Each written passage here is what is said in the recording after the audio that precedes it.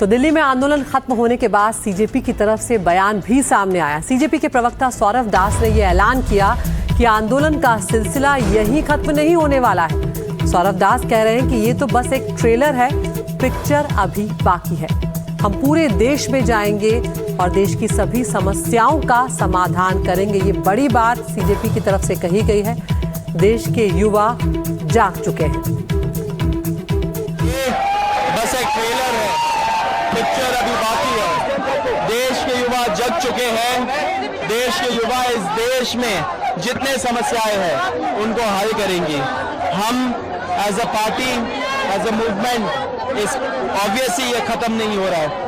अब हम लोग देश भर जाएंगे, युवाओं की बात सुनेंगे। युवाओं के लिए सबसे बेस्ट जो पॉलिसी होगा वो हम लोग लाएंगे एंड हम लोग सब लोगों से जवाबदेही, सब लोगों से अकाउंटेबिलिटी मांगते रहेंगे। अभी तो बस शुरू हुआ है, आगे बहुत कुछ करना है। देश के युवा जाग चुके हैं, देश के युवा अब नहीं रुकेंगे। तो देश के युवा अब नहीं रुकेंगे, ये बात सौरभ दास कह रहे हैं। 36 दिन चले आंदोलन के बाद शिक्षा मंत्री धर्मेंद्र प्रधान ने इस्तीफा दिया, लेकिन ये भी विडंबना है कि 3 दशक पहले ओडिशा में पेपर लीक के खिलाफ आंदोलन से ही वो सियासत की बुलंदियों पर चढ़ना शुरू हुए थे।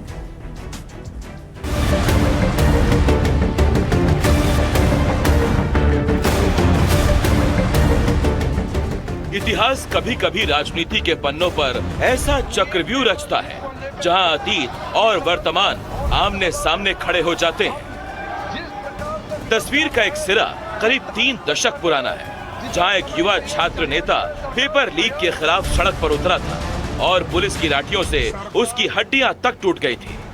और दूसरी तरफ वो तस्वीर जहां वही नेता केंद्र सरकार में शिक्षा मंत्री बना, लेकिन पेपर लीक के मुद्दे पर हुए छात्रों के आंदोलन के कारण उसे इस्तीफा देना पड़ा। इतिहास का जैसे एक चक्र पूरा हो गया।